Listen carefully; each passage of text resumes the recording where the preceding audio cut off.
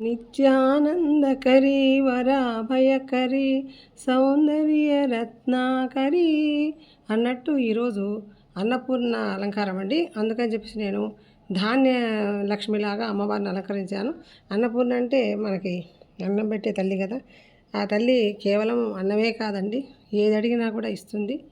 అందుకని అన్నపూర్ణ అనే అవతారం మన నవరాత్రులలో అన్నిటికంటే కూడా విశిష్టమైనదిగా నేను అనుకుంటాను.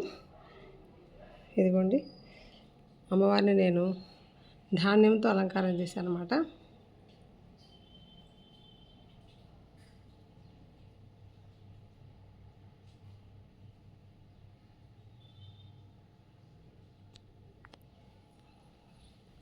ఇదిగోండి,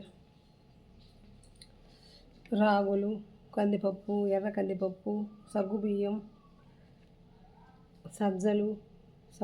సజ్జలు, గోధుమలు, ఇలాంటి వాటన్నిటిని అతికిచ్చి నేను అమ్మవారిని తయారు చేశానండి. ఇదిగోండి, టోటల్గా అమ్మవారు ఇలా ఉంది. రోజుకు ఒక అలంకారం చేయడం అనేది నా అలవాటు. నవరాత్రులలో ప్రతిరోజు ఏదో ఒకటి అలంకారం చేస్తూ ఉంటాను. ఈరోజు అమ్మవారిని నేను ఇలా ధాన్యంతో అలంకరించాను. అన్నపూర్ణేశ్వరి కాబట్టి ధాన్యంతో అలంకరిస్తే బాగుంటుందని చెప్పేసి అనిపించింది. ఈ నవరాత్రులు మీరు చేయలేకపోయినా కనీసం 3 రోజులైనా కూడా అమ్మవారిని పూజ చేసుకోండి, చాలా మంచిదిగా ఉంటుంది. కనీసం 3 రోజులు చేసుకోండి, కంటిన్యూగా 9 రోజులు చేయలేకపోయిన వారు చాలా మంచిగా అభిష్టమైన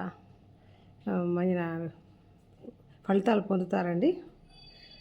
ఈ రకంగా నేను డెకరేషన్ చేసుకున్నాను.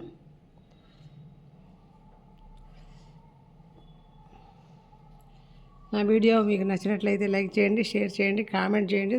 తప్పకుండా కామెంట్ చేయండి. Thank you for watching.